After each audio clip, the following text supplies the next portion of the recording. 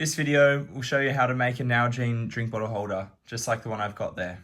So you can see it'll shake a little bit when you jiggle the bike, but I have taken it for a ride and it wasn't a problem. So this is full of water as well.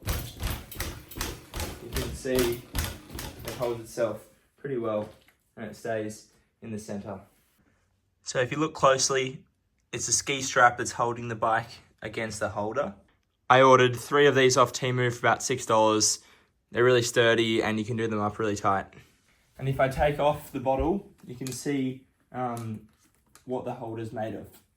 Oh, it can be a little tight.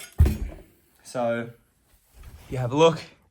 It's just a piece of aluminium that I've bent at 90 degrees, drilled 2 holes in the middle and really screwed that down. So the strap can either go in between here or underneath there. Either or, they both hold the bottle on.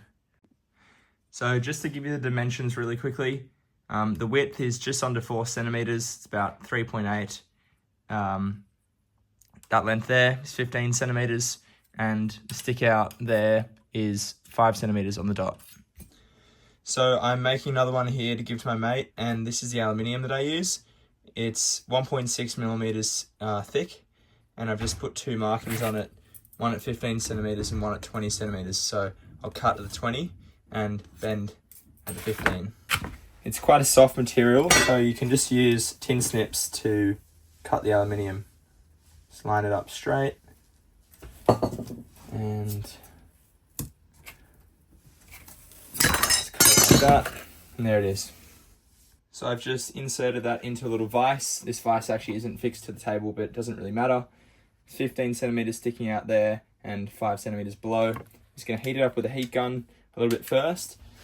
That'll make it easier to bend. You don't need a heat gun. It'll still bend without it. We could use a hairdryer. This will just help.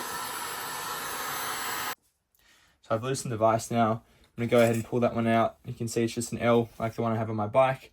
Now the last step is to draw a line right down the middle, or you can use some sharp metal and scratch it down the middle and score it.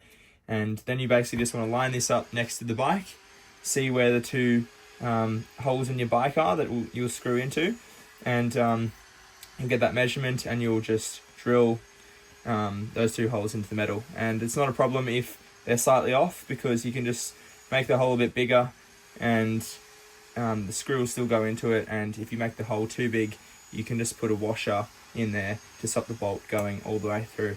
I know that on my first try, I had to drill a hole here and then a little bit upwards as well and make the hole a bit bigger to be able to get both screws in. One more thing to note, I think it's a good idea to just snip off the edges so it's not so sharp, and then get a metal file and just sand off anything that's still sharp. And yeah, if you have any questions, just comment them below and I will try my best to answer them. Happy riding.